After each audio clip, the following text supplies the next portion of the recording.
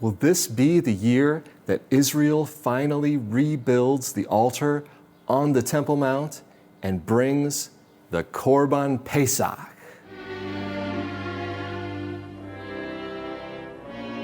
What is this word?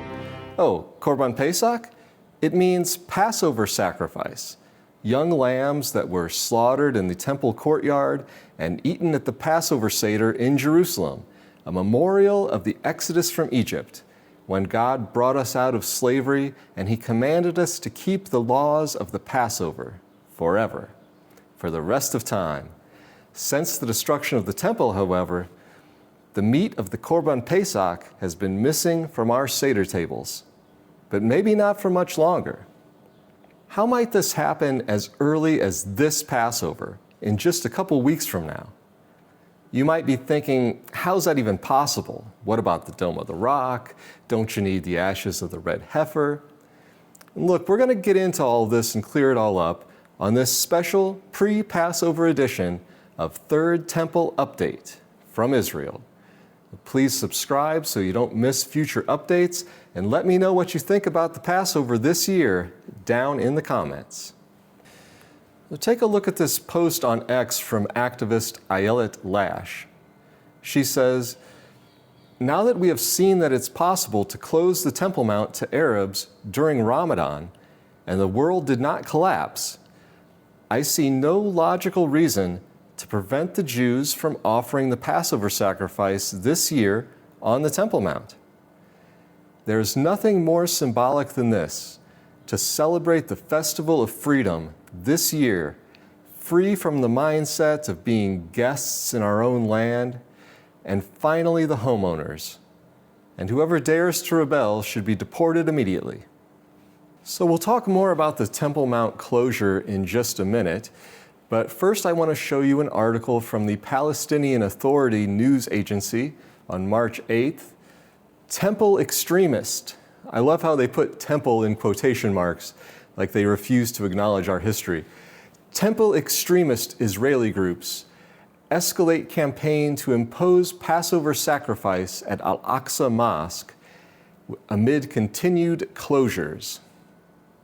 The temple extremist Israeli groups have intensified their campaign to promote the so-called Passover sacrifice inside Al-Aqsa Mosque, exploiting its continued closure, which Israeli authorities have maintained throughout Ramadan, citing a state of emergency. The campaign aims to carry out animal sacrifices inside Al-Aqsa Mosque during the Jewish Passover, scheduled from April 1st to the 8th. They go on to talk about some images that were shared on social media by different activists, and they seem pretty upset about these pictures. The first one here is from the Temple Institute. You can see the Passover sacrifice being performed, and in the background is an altar, and behind that is not the temple, but the Dome of the Rock. And here's a different image. This one is captioned, "Building the temple in a month is a bit complicated, but building an altar and renewing the Passover sacrifice is definitely possible." And again, there's an altar next to the Dome of the Rock. So as the article mentions, we are in the middle of a war with Iran. So large gatherings are prohibited. The Temple Mount is closed. We're getting incoming missiles, warning sirens, and so on. But it is the month of Ramadan, when a large number of Muslims normally go up to the Temple Mount. And police are not allowing that this year. I think close to every Muslim nation in the world now has issued some kind of condemnation about this. There actually have been some things falling from the sky in Jerusalem. On March 16th, some missile fragments impacted in several locations on the Temple Mount itself, as you can see here. This has led to some speculation about what might happen if a larger missile from Iran actually made it past air defenses and hits somewhere on the Temple Mount. Here's a cartoon from Hamish Humer. I talked more about this on my last video. If you missed it, be sure you go check out my channel after you watch this one. So is it actually possible for Jews to bring the Passover sacrifice this year? Yes, it is possible. Right now, there is a very big obstacle, though, an obstacle that may surprise you. But it's not impossible to overcome. But before we get to that, here's the good news. Just how prepared are we? Well, we have lambs that are ready to go. There are different groups each year which carefully select lambs and sell shares in them for the Passover Seder. The lamb is to be slaughtered in the temple courtyard. Certain fats are burned on the altar and blood is poured out at the base. It does not require the entire temple to be built, only the altar. And we know the location of where to build it, and it can be constructed in a pretty short amount of time. This is Rabbi Wolfson from Yeshivat Har Habayit showing the correct location of the altar. Again, you can see here that the altar can be constructed in an open area without disturbing the dome of the rock or any other structure. But don't we need the ashes of the red heifer? No. And I know some people always tell me down in the comments that we already have the ashes of the red heifer, and I know that some people are saying that, but it's not true. I did a video on this a while ago, you can go check it out. But do we actually need to have the ashes of the red heifer in order to bring the Passover sacrifice? No, we don't. The ashes are used to purify someone from ritual impurity from contact with the dead, so that they can enter the courtyard of the temple. So yes, ideally we should try to obtain the ashes so that we can do this. But if we don't have the ashes, we should do the sacrifice anyway. And the reason for that is that some time-bound offerings, I'm not talking about voluntary offerings here, but certain time-bound offerings like the korban Pesach or like the daily Tamid offering must be brought in their time, and that takes precedence over the issue of impurity from the dead. So what about the Seder itself? Where are we going to do it? Do we even know how to do it with the korban Pesach? There are some large areas in the old city of Jerusalem where Jewish pilgrims could divide into groups and eat the korban Pesach, like the Kotel at the Western Mall Plaza, for example. And there are some changes to the Seder, but nothing too difficult. I recommend getting something like this, the Haggadat HaPesach by Rabbi Avi Grossman. This will show you how to conduct the Passover Seder with a korban Pesach. This is not a paid promotion. I don't get anything from this.